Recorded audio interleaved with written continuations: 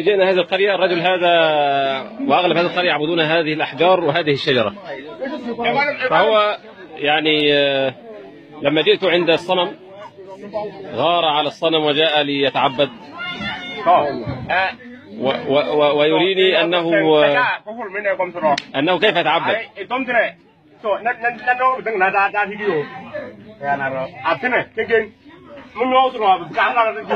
ماذا يقول؟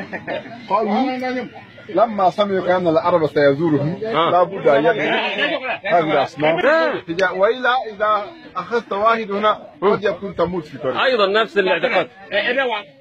سأريك الآن. وإلا كلهم يموتون. لا، الشيطان يخوفك.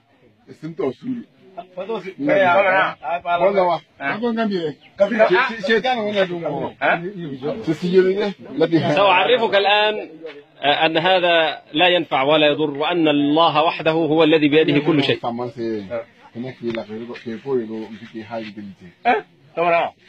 الآن سنجلس معه إن شاء الله تعالى.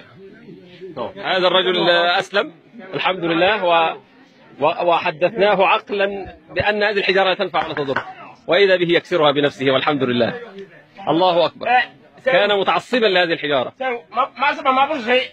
الله أكبر، الله أكبر. أحسنت أحسنت. لا